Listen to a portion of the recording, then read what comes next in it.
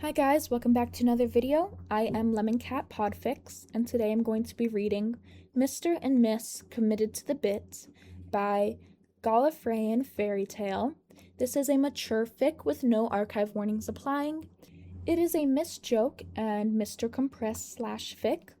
The character tags are Miss Joke, Mr. Compress, Midnight, Pro Heroes, League of Villains, Toga Himiko.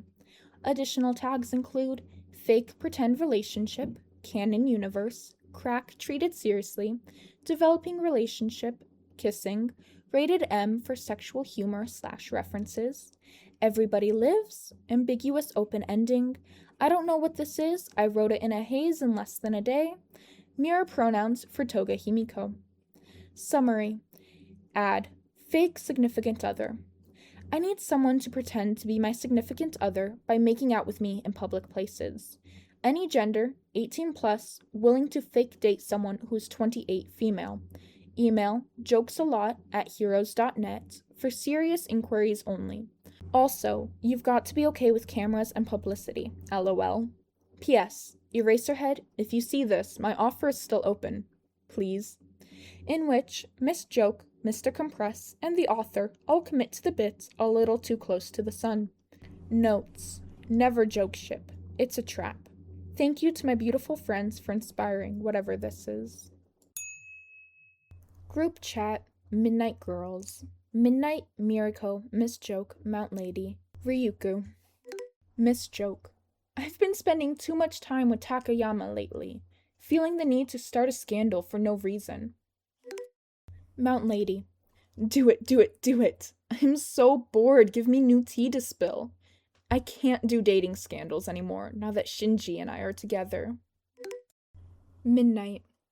Didn't you and Hawks just get photographed together last week? Mountain Lady. Yeah, but I had to clear that up straight away. Though I did debate just telling the reporters, have you heard about polyamory? And leaving. Miriko. LMFAO? Miss Joke. I could do a dating scandal. Ryuku. Why? Miss Joke. Do you guys think I could make the media believe Aizawa and I are together? Mountain Lady. Girl, he's so gay. You'd have better luck trying your hand with All Might. Midnight. Nah, he swings the other way too. Mountain Lady. Tea? Midnight. I didn't tell you that. Miriko. I'd suggest Hawks, but he's crazy busy right now. Miss Joke. I'll find someone. Mountain Lady. Keep us updated. Midnight. And if you do go for a gay guy, try not to catch any real feelings for him. Miss Joke. Oh, no worries there. My heart belongs to Aizawa alone. Miriko. Failed step 1. As it turns out, starting a dating scandal is significantly harder than Emmy believed it would. She's not nearly as high in the rankings as Mount Lady or Hawks, who find themselves caught up in some new relationship rumor every other week, with their photos plastered on the cover of every tabloid in the city because they dared to grab a lunch with a friend. And without that level of fame of her own, Emmy is unlikely to make any headlines just by getting coffee with someone, which makes this whole dating scandal idea just a bit more complicated. She tried to convince Yamada to play pretend with her, but he wouldn't go for it. Hawks is too busy, and Miriko said she's not interested in being part of the drama. She spent enough time being accused of dating Hawks, so she would like to just stay out of this one. Obviously, Mount Lady and Kamui Woods are off the table, and Genus left her on red, which means Edshot wouldn't go along with her brilliant idea either. She's running out of options. She's honestly debating putting up an ad online at this point, because if she straight up makes out with someone in front of the paparazzi, there's sure to be at least some interest. She could get Mount Lady to comment on the pictures, bringing them into the spotlight, and the rest will be history. She sips on her smoothie, eyeing the other patrons in the cafe as she considers her options. She has yet to ask Gang Orca, though she figures that will be a quick no, and she knows Ryuku won't go for it. Maybe one of the Wild Wild Pussycats would, or Fat Gum? She pulls out her phone, typing up a list. If she makes it all the way through with no luck, she'll take her woes to Craigslist and hope the first person who contacts her isn't a creep. Add fake significant other. I need someone to pretend to be my fake significant other by making out with me in public places. Any gender, 18 plus, willing to fake date someone who is 28, female. Email jokesalot@heroes.net for serious inquiries only. Also, you've gotta be okay with cameras and publicity. LOL. P.S. Eraserhead, if you see this, my offer is still open. Please. If there's one thing Atsuhiro loves, it's a good bit. Which is why, when he sees an ad for a fake significant other posted by someone who is almost definitely in with pro heroes, he sends an email to the provided address straight away. "What you doing?"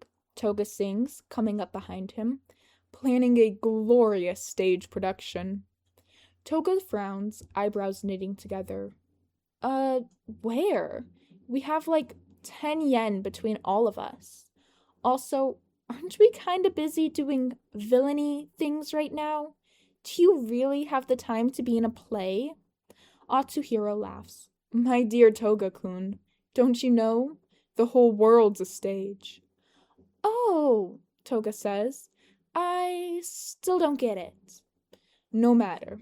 Atsuhiro logs out of his email account, clears the last hour of browsing history, and shuts Shigaraki's laptop. "You will understand soon, as will the rest of Hero Society." He cackles, maniacal and gleeful. Truly, there is no better path for his life than this. How could he want anything more than to create chaos as the world burns down? Toga blinks. He tilts his head. "You're kinda weird, Compress-kun, but that's alright." He links his arm with Atsuhiro's, dragging him away from the desk. "Anyway, Twice-kun and I are painting our nails, and they said you should join, so you're joining. Yay!" Atsuhiro allows himself to be led to another room, where Twice is seated, surrounded by several bottles of nail polish and muttering under his breath, but the fake dating ad and the response to it lingers in the back of his mind. Midnight Girls. Miss Joke. Get ready. Midnight. Ominous. Mount Lady. Hype. So, Emmy is absolutely, completely, totally, 100% fake dating a villain. He was the first person to reply to her ad, so they met up in a coffee shop, in public, because Emmy is many things, but she's not a complete idiot. And while she can defend herself just fine against any weirdo who tries their hand at attacking her, she'd rather not deal with the trouble. He arrives exactly on time, and he is drop-dead gorgeous, like crazy insane face card, serving Mount Lady-sized levels of cunt, for real. He says all of the right things, like he's reading from a script Emmy didn't even know she had. He's gentlemanly, beautiful, the literal perfect piece of eye candy. He's in it for the bit. He's an actor, he said, though recently he's been down on his luck and unable to land any gigs, which is why he was pursuing online ads, and why he was so captivated by Emmys. When she says, "I'm a pro hero, by the way. We're stirring up a pro hero dating scandal with this," he just smiles and replies, "I'm aware." He's dodgy about certain questions, though he shrugs them off so gracefully that anyone else wouldn't think twice about it. Emmy, however, sees it for what it is. He's keeping his cards close to his chest. He's a little too eager to get an in with a hero. He's totally a villain. Luckily for him, that actually makes the whole situation way funnier in Emmy's eyes. She can already imagine the magazine articles crying over her partner's inevitable betrayal, and she'll be able to get on Instagram and post a video sobbing about how she didn't know, and Takayama will help with filming while Kayama does makeup and, oh, it'll be so hilarious. She's already giggling about it as she bids her new fake partner farewell. This is going to blow anything Takayama and Hawks have done out of the water for sure. "Where have you been?" Dabi asks as Atsuhiro makes his way back into the bar. He's sitting in a chair, feet propped up on the table in front of him, and no one else is around. He wonders if Dabi is hiding from another one of Toga's horrible evil schemes. See, spa nights and game nights. And that's why he sounds so pissed off. Or maybe he just sounds pissed off because he's always pissed off. A date, Atsuhiro replies pleasantly. As he continues through the door to the back room, he hears Dabi whisper a bewildered, "What the fuck?" behind him, and his heart flutters hotly in his chest. Oh, the things a good bit can do to a man. They meet up on a Saturday in the heart of Musutafu. "Oh, wow!" Emi exclaims, bounding up to him. "You look great!" Sako bows with large, exaggerated movements. "I shall try my best to look the part of whichever character I'm meant to play." He holds out his arm. "Shall we?" "Before we do," Emi holds up a hand. "Ground rules. 1. This is strictly for publicity purposes, obviously. 2. I'm fine with anything short of undressing. Try to go any further and I'll make sure you regret it.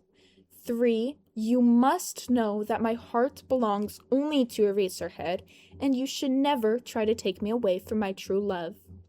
Sako raises an eyebrow. "Eraserhead wouldn't agree to do this with you?" He hasn't exactly realized our love is true yet. But he'll get there. I have faith." She places a hand over her heart. "What's meant to be will always find a way."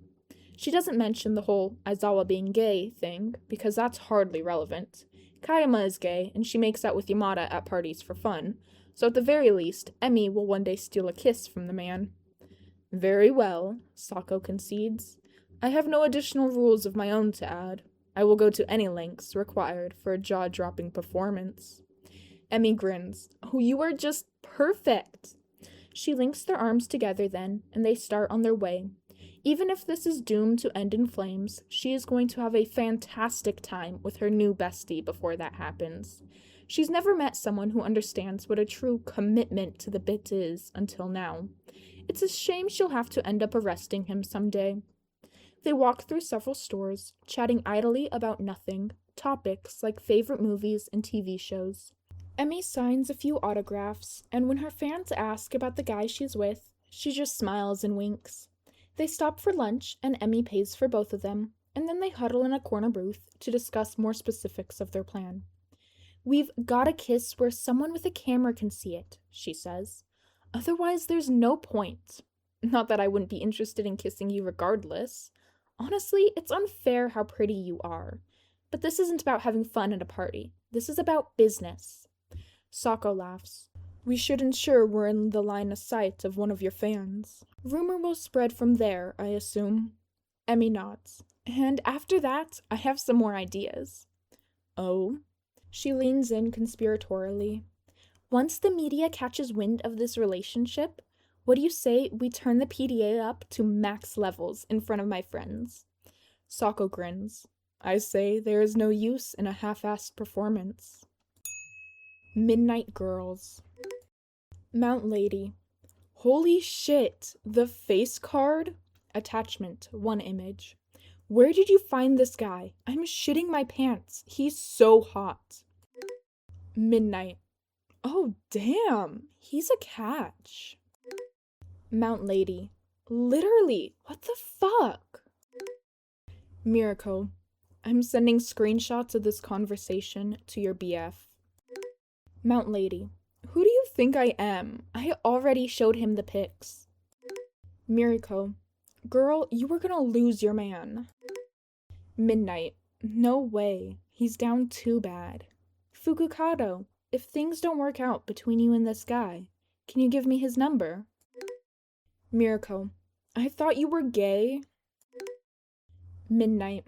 "I'll make out with anyone that hot. Who cares about gender?" Mount Lady. "Problematic lesbian rep? Hashtag cancelled." Ryuku. "Someday, you all are going to get yourselves cancelled for real." Midnight. "Yeah, that already happened to me when I was 18. Changing laws one unacceptable hero costume at a time. Hashtag woman in history, hashtag feminism, hashtag whore members." Ryuku. "You were practically naked." Midnight. "Okay, and? Don't be a hater.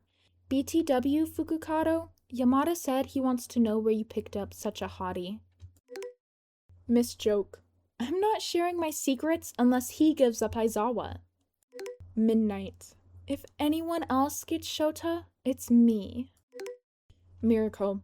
Okay, real talk. Is Eraser not dating Mike? Ryuku. I was under the impression he and All Might were together. Miracle. All Might? Midnight. LMAO, no, he's not dating anyone.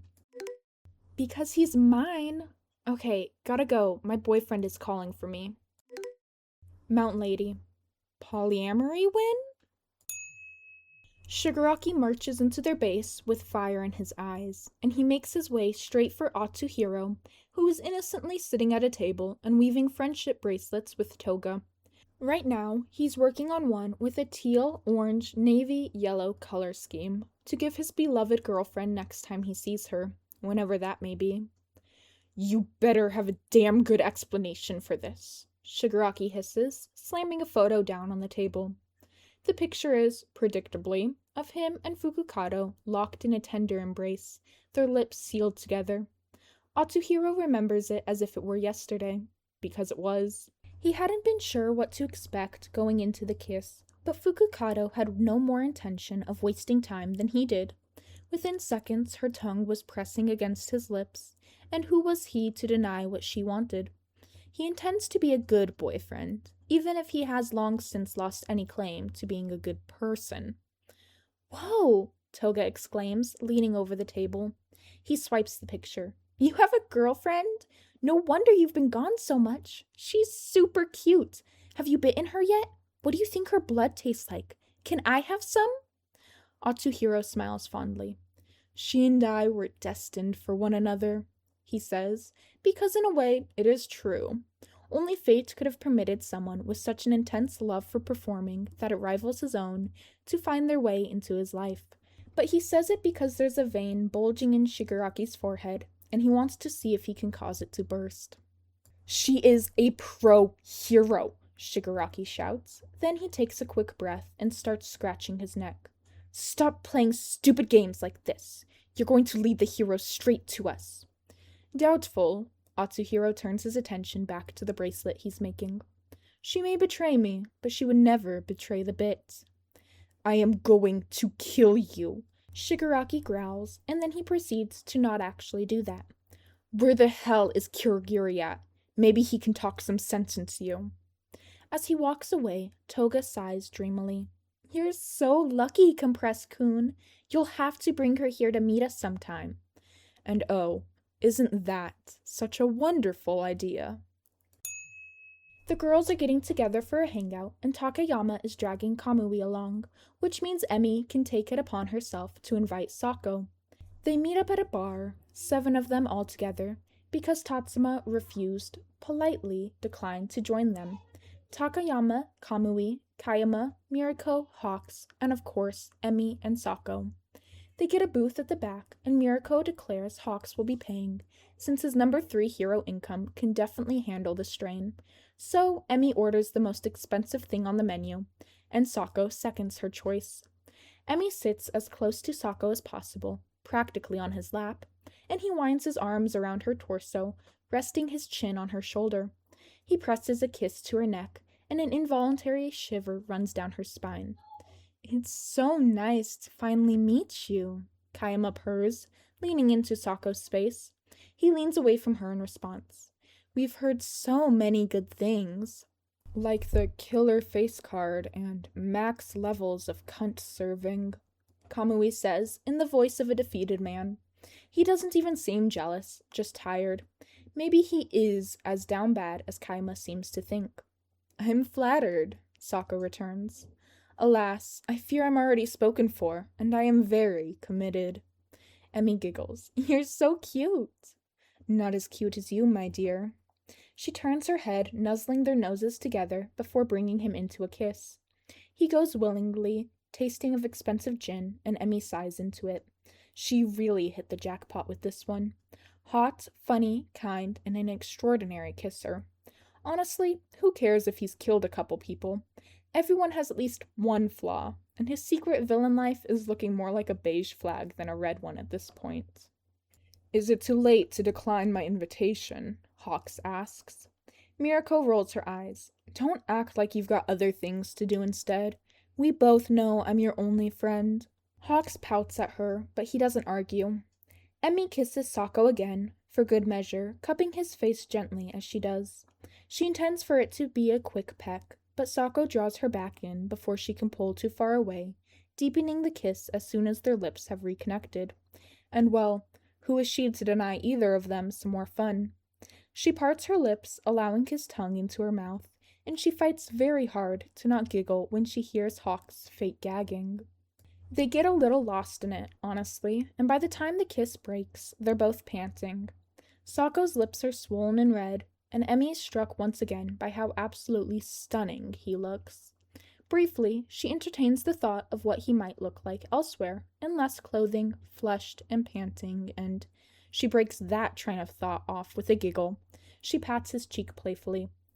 Wow, Kayama says, sipping from her drink. Didn't realize you were an exhibitionist. Takayama scoffs. She's holding a hand over Kamui's eyes. Like you don't have a voyeurism kink. I don't recall denying that, she smirks. Now, you and Kamui-kun go next. Absolutely not. Emmy laughs again, relaxing back against Sako. He traces a swirling pattern on her bare arm with his fingers, and truthfully, this is sort of nice. She doesn't mind it at all. Then, Sako cuts into Takayama and Kayama's argument with a well-timed, perhaps the two of you should kiss about it. And that sends her, Mirako, and Hawks into hysterics, and she thinks that if she hadn't vowed herself to Aizawa long ago, she might be falling a little bit in love. If Shigaraki knew how easy it was for Atsuhiro to find his way onto UA's campus after agreeing to date Fukukado, perhaps he wouldn't have been so vehemently against the idea. As it stands, though, Atsuhiro has no intention of sharing his fortune with the rest of the league. Certainly not when the cost will be a brutal, bitter end to a role he has not yet seen to completion. Which is how he finds himself led into the heart of enemy territory, the UA Teacher's Lounge. Fukukado bursts through the door, pulling Atsuhiro in alongside her, and he finds himself facing several heroes of various acclaim, including former Symbol of Peace himself, All Might. Oh, how thrilling. Hey guys, Fukukado greets, breathless. You've got some crazy security here now. Phew! Aizawa, long time no see. I have a proposition for you. No. It's different now, I swear. She holds up her and Atsuhiro's entwined hands and then extends her free hand towards him. Discover the joys of polyamory with me. Aizawa, eraserhead, whatever, zips his sleeping bag up over his face. Fukukado huffs. Rude. Atsuhiro sees his chance, so he takes it. He turns to Fukukado, placing a finger against her cheek to guide her to look at him. He must be blind to not see your beauty, he tells her solemnly. You are like a wild flower in a field of weeds. You are the sole shining spotlight illuminating my life. Fukukado grins. She reaches out, cupping his face with both hands and squeezing his cheeks slightly. You're too good to me. What did I ever do to deserve a man like you? Atsuhiro takes one of Fukukado's hands back in his, lowering it so it rests over his heart. It is I who does not deserve you, my love. Which is something that perhaps any other villain would feel to be true in the deepest pits of their psyche. But Atsuhiro has no interest in letting guilt consume him. What is he, Catholic? No. He will enjoy Fukukado's presence for what it is, and he won't waste his time fretting over such silly divides as villains and heroes. The power of performance goes far above societal separations which attempt to tear them apart. Fukukado sighs dreamily. She pushes herself onto her toes, clearly in a move to kiss him, only to be interrupted by someone awkwardly clearing their throats. I apologize, All Might says, but I'm not sure I understand what's going on here.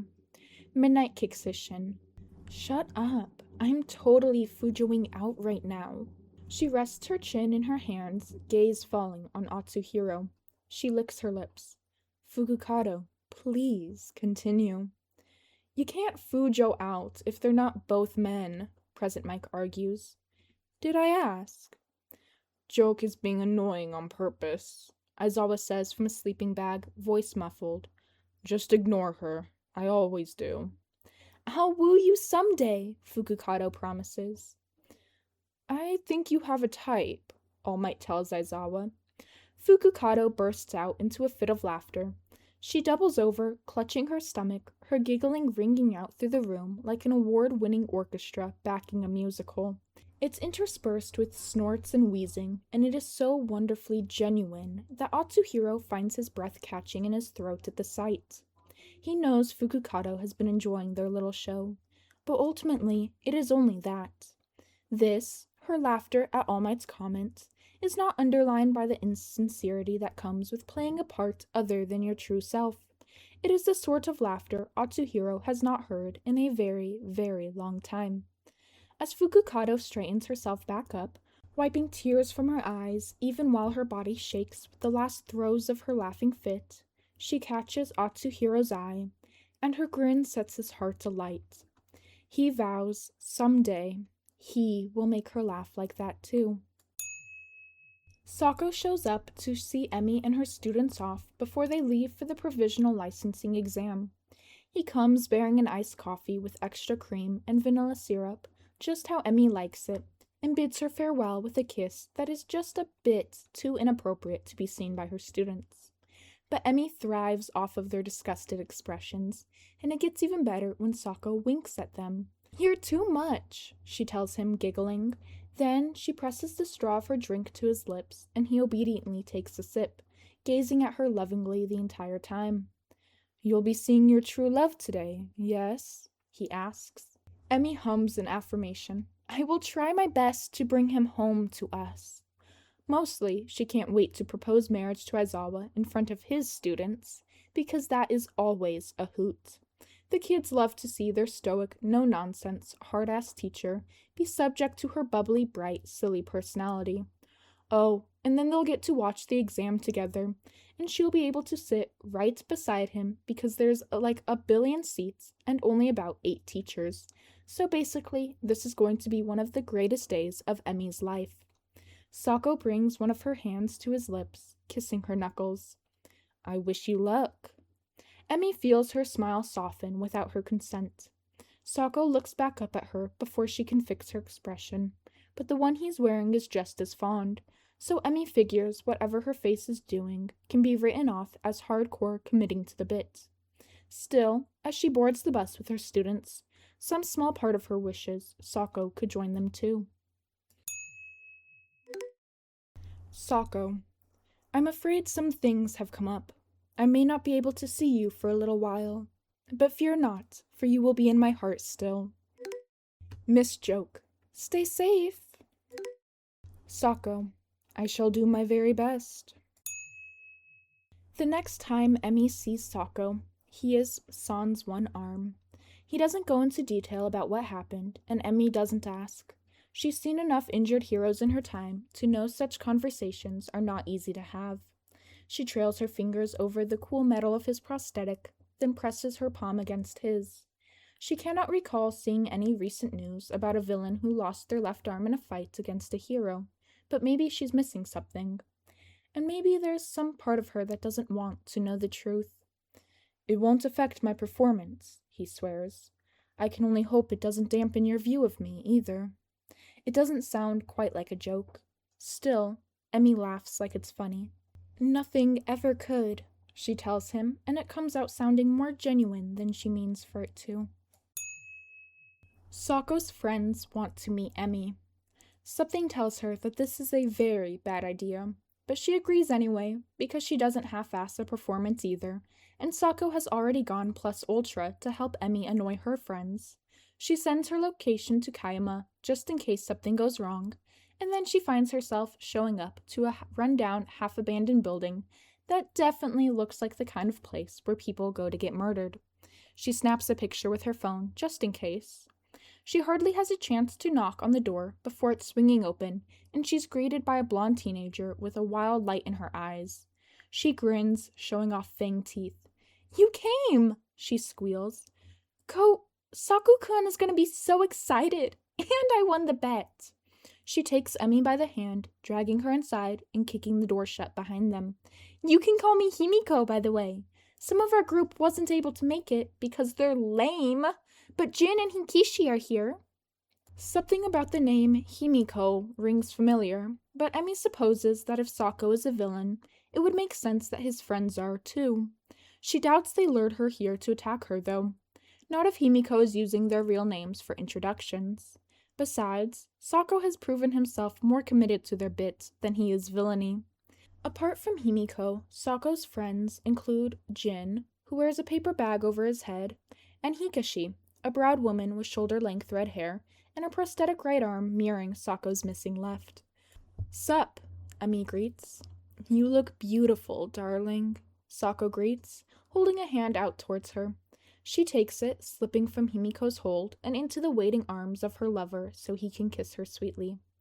"Hikashi has been kind enough to make dinner for us. I hope you like chicken." "And if you don't," Hikashi cuts in, "just shut the hell up and eat it anyway." "I love chicken," Jin exclaims. Then his tone shifts and he grumbles. "Chicken is the worst." "Aw, don't be like that," Himiko pats his shoulder.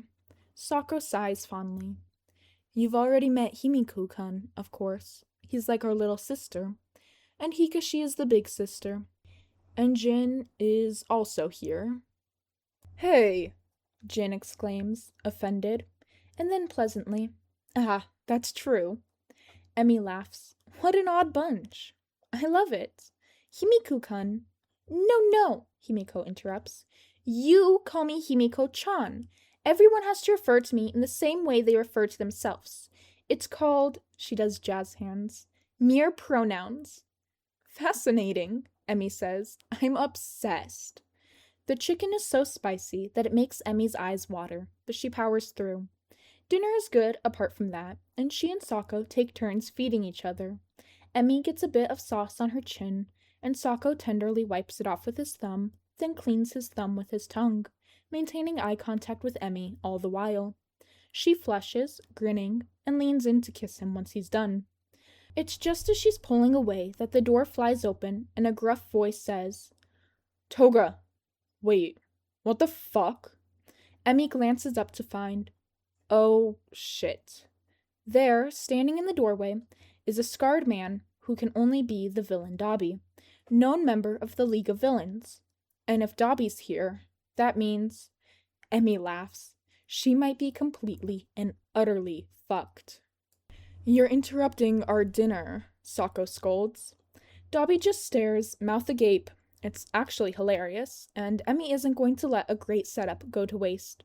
So she cups Sako's face gently and tells him, "I'm sure he's just jealous you bagged a hottie like me."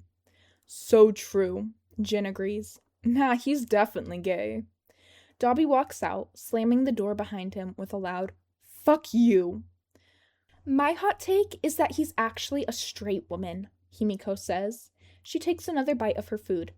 "Hikashi-ni-san, next time, can you add blood to the sauce?" Hikashi smiles very fondly at Himiko, reaching over to ruffle her hair. "Absolutely fucking not," she says kindly. Himiko slumps. Midnight Girls. Miss Joke. "Lord, forgive me for the sins I'm about to commit for this dick." Mount Lady. "He's really that good, huh?" Mirako. "Jealous 'cause your BF's dick is made of wood?" Midnight. "How does that even work? Does a condom prevent splinters?" Mount Lady. "Love you all, but I'm not sharing the details of my sex life with you.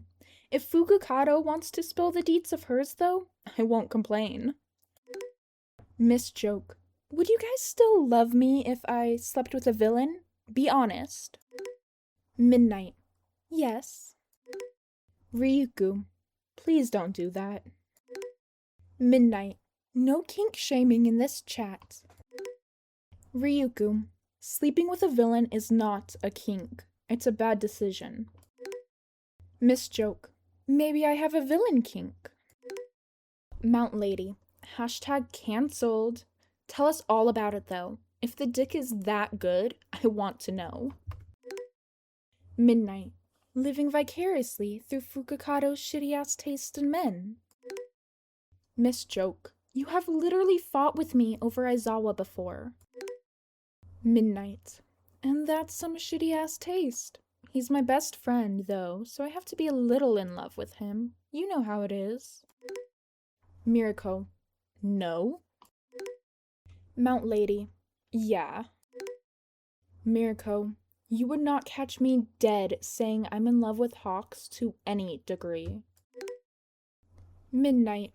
That is what Shota said before sleeping with him. Miriko. Miss Joke. What? Hawks is stealing my man? I'm going to kill him. Mount Lady. I'm crying? Peace and love on planet Fujo. Midnight named the group Planet Fujo. Ryuku. So often, you all make me wish I had different friends. Miriko. Wow, love you too. Emi should end things with Sako before they spiral any further out of control than they already have. She knows this, and honestly, she was ready to just call it quits. She had her speech all planned out, with an offer to have a big explosive breakup in public for one last hurrah, and then she saw Sako face to face again, and she figured, what's the harm in letting this play out for a little while longer? Which is how they wound up in a cat cafe with the sole purpose of aggravating one Aizawa Shota, aka underground hero Eraserhead. What Emi hadn't prepared for, though, is the fact that he didn't come alone. He's not with Hawks, thank God. Emi still isn't sure if Kayama was joking about that or not, but one can never be too careful when it comes to protecting the virtue of their true love. But he does have a young girl with him. She has pale skin and silver hair, with big red eyes and a small horn jutting out from the side of her forehead. Aizawa! Emi greets, plopping herself down into the seat across from him. Sako follows her lead, keeping their hands entwined all the while. Who's the kid? She's a cutie. Does All Might have some secret child we didn't know about? He heaves out a tired sigh. What are you doing here? His gaze flickers over to Sako briefly, and then he looks back down to the work he's doing. The girl has abandoned the cat she was petting in favor of clinging to his side, fearful. We're on a date, obvi. Emi gestures to Sako. You remember the BF? You should, at least, considering he'll also be yours someday once you open your eyes to the wonders of polyamory. Not interested. He makes a mark on a paper with his red pen. And if you're on a date, surely you'd prefer to be alone with one another? Do we need to spell out what polyamory means? Sako asks, feigning genuine curiosity. Aizawa's jaw clenches. The girl tugs on his sleeve, and when he turns his attention to her, his expression softens by about 300%. Emi has to turn to Sako and mouth, oh my god, because it's basically the cutest thing she's ever seen. Eraserhead, being soft with a small child. Holy shit. Emi didn't think she had a thing for dads, but she might be completely changing her mind here. Who are they? The girl whispers. Fukukado-san, with the green hair, is someone I knew when I was in high school, and she's with her. He looks Sako over. Boyfriend. He says the word so distastefully. Emi giggles. Are you jealous, Aizawa-kun? She twirls a strand of hair around her finger. I told you, you can join us whenever you're ready. He grimaces. Are they heroes? The girl asks. Fukukado-san is. Somehow. Hey, I'm a great hero, thank you very much. Ignoring the fact that she brought a literal League of Villains member to a cat cafe because she wanted to bother a fellow pro hero, and the fact that she brought him onto UA's campus, and the fact that she brought him to hang out with her other pro hero friends, and the fact that she was led straight to the League space and she did not inform a soul about it. She even deleted the photo she took of their hideout. Some things are more important than the distinction between heroes and villains, like a damn good bit. The girl nods slowly. Okay, she says. She turns to Fukukado and Sako. My name is Eri. It's nice to meet you. Emmy is seriously going to explode from cuteness overload. It's very nice to meet you too, Ari-san, Sako says. Would you like to see a magic trick? Eri's eyes widen. A magic trick? Sako pulls a deck of cards from his pocket. Eri's eyes grow even wider, somehow, and Aizawa groans. As Emmy watches Sako make a card disappear and then reappear once more for Eri, she leans on the table, chin in her hands, grinning. She absolutely has a thing for guys who are good with kids, because Sako is attractive literally all the time, but seeing him pull out all the stops to wow Eri with close-up magic has Emmy's heart pounding twice as fast.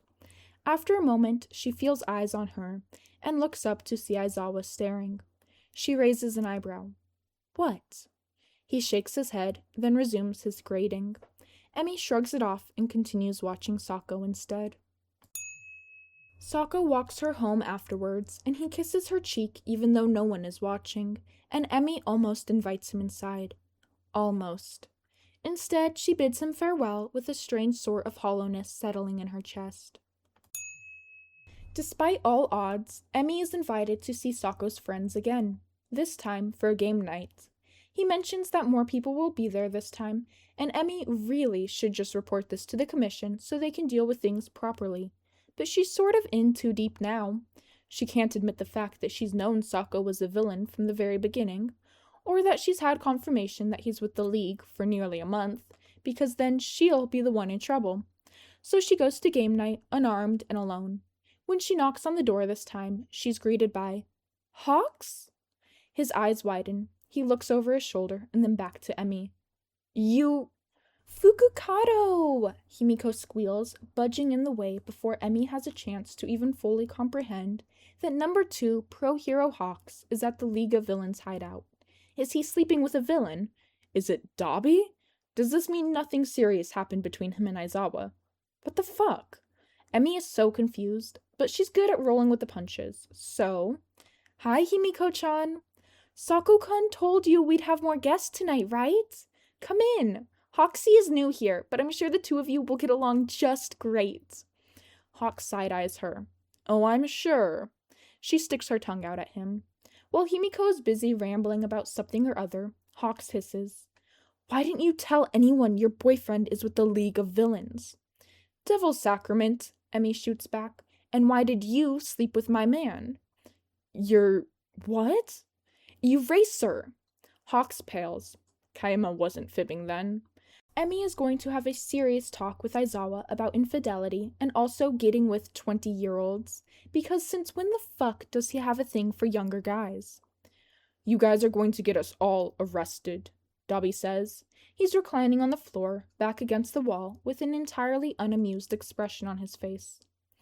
I don't know what you're talking about, Sako chirps. He swoops in to steal Emmy away from Hawks' side, kissing her nose before leading her to sit down. Jin has upgraded from a paper bag to his villain mask, though he wears regular clothes from the neck down. Hikishi's hair has grown out a bit, and apart from Dabi and Hawks, they're also joined by someone with a lizard-esque mutation quirk, and Shigaraki Tomura himself. He's glaring at Emmy. She smiles back.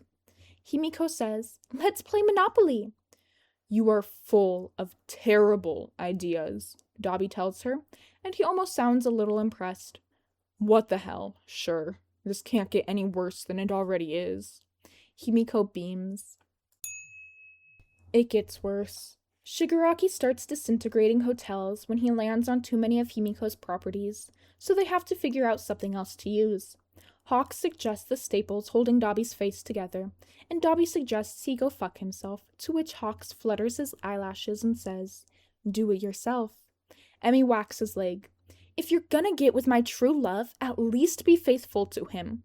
Hawks looks at her, then at Sako, then back at her. Women are allowed to do whatever we want, Hikishi informs him helpfully. They end up using pawns from some other game as a substitute for hotels. Ikuchi is the first to go bankrupt, which he's half saved from by Shigaraki bailing him out in agreement to combine all their assets. After they become a team, Emmy takes that as a free-for-all and tells Sako, We should get married so we can combine our assets too. Whatever you'd like, dear. That's not fair, Himiko exclaims. Those two are both basically broke anyway, but you guys are super rich alone. You can't get married or the rest of us won't survive. Skill issue, Dabi tells her, and then ends up bankrupt by landing on one of her spaces during his next turn. Unsurprisingly, no one offers to bail him out. Himiko and Jin end up combining everything they own as well, which leaves Hawks and Hikoshi as the only solo players left. They refuse to join forces and manage to stay afloat on their own just long enough to see the Shigaraki Iguchi team defeated before they both fall as well. In the end, Emi and Sako manage to emerge victorious through the power of love and laughter and money laundering. They share a celebratory kiss that gets so heated Shigaraki kicks them out of the room, threatening to disintegrate their faces if they don't get the hell out. And Emi doesn't really want to take her chances, so she lets Sako drag her out onto the balcony. They leave the door open just enough to let everyone else hear their exaggerated smacking and moans. Then, Dabi slams the door shut and locks them out.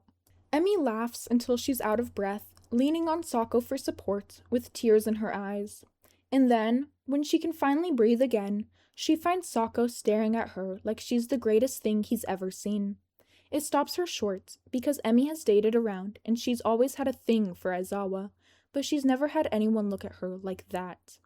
If it's nothing more than playing pretend, Sako is the best damn actor she's ever met. See something you like, she teases. Perhaps, Sako admits, and she can't tell if it's a joke or not. Dabi and Shigaraki refuse to let them back inside, so they end up seated on the balcony, side by side, legs dangling over the edge through the bars of the railing. Between them, Emi's hand rests on the cool metal of Sako's prosthetic. She doesn't want the moment to end, but there's a conversation that needs to be had here. She tilts her head back, looking up towards the sky. Mr. Compress, she says. Your quirk is to compress things, objects, people, whatever, into tiny marbles. It was used to kidnap one of the UA Hero students during the summer training camp. Sako sighs. Indeed. How long have you known? That you were a villain, from the beginning. Didn't realize you were with the League till you introduced me to him, though. Ah. Emi half expects an attack, but it doesn't come. Silence hangs heavy between them for several long moments. She doesn't move her hand. Sako doesn't move his either. You didn't turn us in, he says finally. Emi shrugs. And get my hero license revoked for not saying something from the get-go? No thanks. She sighs. I was having too much fun anyway. You're a nice guy to be around, Saku-kun, even if you're part of the worst villain group in the country. You flatter me, darling, but I have never been the owner of your heart. Emi purses her lips. It's true. She told Sako right off the bat that she was dedicated to Aizawa, and for most of their relationship, she would have dropped him in a heartbeat had Aizawa decided to finally extend his hand back to her. But he didn't, and he won't, and Emi has always known that to be the case. She doesn't need her friends to gently remind her that he's gay. She's known that since high school. She did have feelings for him back then, but they've long since faded from being the true hyper-infatuation she once had. She continues to flirt with him now because it's funny, and because he lets her. Because somewhere in that cold, dead heart of his, he does hold some sort of friendly affection for her. And he knows that she knows that the two of them will never be a thing. And holding on to Aizawa was supposed to prevent something like this. Love isn't easy for pro heroes. There's a reason why very few pros date civilians, and why many never marry or have families. For as long as Emi kept up with the obsessed with Eraserhead bit, she wouldn't risk attracting the attention of anyone outside of the pro hero sphere. It was the perfect defense mechanism, or so she thought, because now she's here, hand in hand with a villain, and she cares about him too much to turn him in, even with the world hanging in the balance. She's a shitty pro hero, after all it seems. And what about you? She whispers. Who owns your heart? Sako smiles at her. I only commit to the bit. Right. A thought hits Emi. A terrible, wonderful thought. How far are you willing to go for the bit? As far as it takes. She turns, fully facing him, and takes his face into her hands. Marry me, she says. For real. We'll go to the courthouse and sign the papers, and then we won't have to testify against one another." "What a boring proposal," Sako complains. "I accept." Kayama and Himiko act as their witnesses. Emi brings a ring pop for Sako, and Sako brings a cheap plastic ring that was probably won from some arcade. Himiko snaps a picture of them showing off their rings, one with them smiling at the camera and another with them kissing, and Kayama teases them about how they were clearly meant to be. "If you ever have a real wedding, you have to let me be the flower girl," Himiko says. "Of course," Emi agrees easily. Kayama nudges her. "And I get to be the maid of honor. There's no one else I'd ask." Sako snakes an arm around her waist and kisses the side of her head. "Do I get to pick anything for this hypothetical wedding?" Emi hums. "Decorations, venue, and entertainment?" "I'm sold." They're done at the courthouse by 9 in the morning, so the 4 of them get breakfast afterwards in lieu of a honeymoon. Kayama pays for them all, because she's too nice, and even gets Himiko an extra cup of hot chocolate to go. Before they part ways, she tells Himiko, "You could do great things," and Himiko beams. Then she pulls Emi aside and says, "I hope you know what you're doing." "I don't," Emi chirps. "I never know what I'm doing." Kayama raises an eyebrow and Emi sighs. I know. She glances over towards Sako, who's letting Himiko button up his coat so he doesn't have to fight with his prosthetic. Affection wells in her chest. But the heart wants what it wants. So it does. Kayama relents. The world goes to shit pretty quickly after that. Before it does, though, Sako shows up on Emi's doorstep with a rose in hand. Emi is dragging him inside without giving him a chance to say a single word, and as soon as the door is shut, she has him backed against it with her lips on his. All pretenses are dropped, with no audience and not even a chance of being seen. "What about your true love?" Sako asks, breathless between kisses. "True love is for losers," Emi replies. "I'm far more interested in someone who can match my whimsy." And match her whimsy, Sako does. Planet Fujo. Miss Joke. Villain Dick goes hard, I fear. Mount Lady.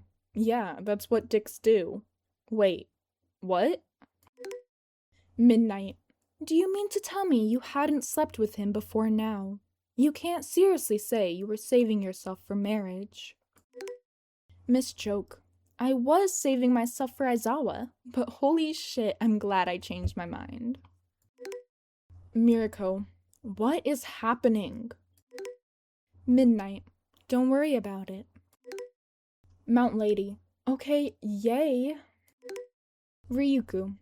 Do I need to leave this chat for plausible deniability? Miss Joke. The plausible deniability is in my name, babe.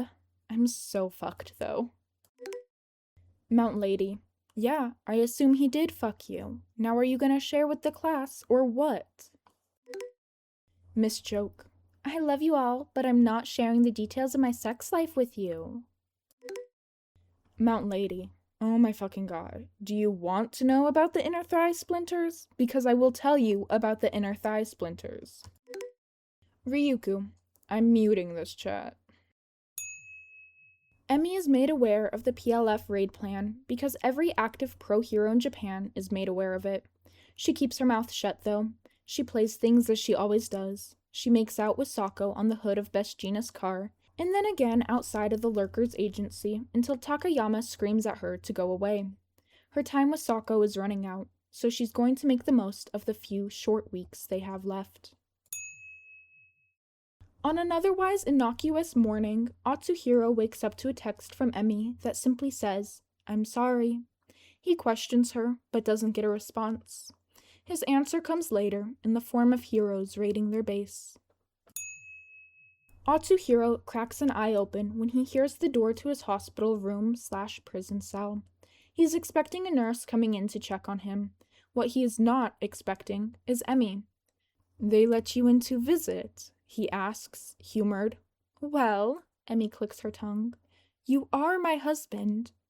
That is true, Atsuhiro supposes. He watches in silence as she comes in to sit on the chair beside his bed.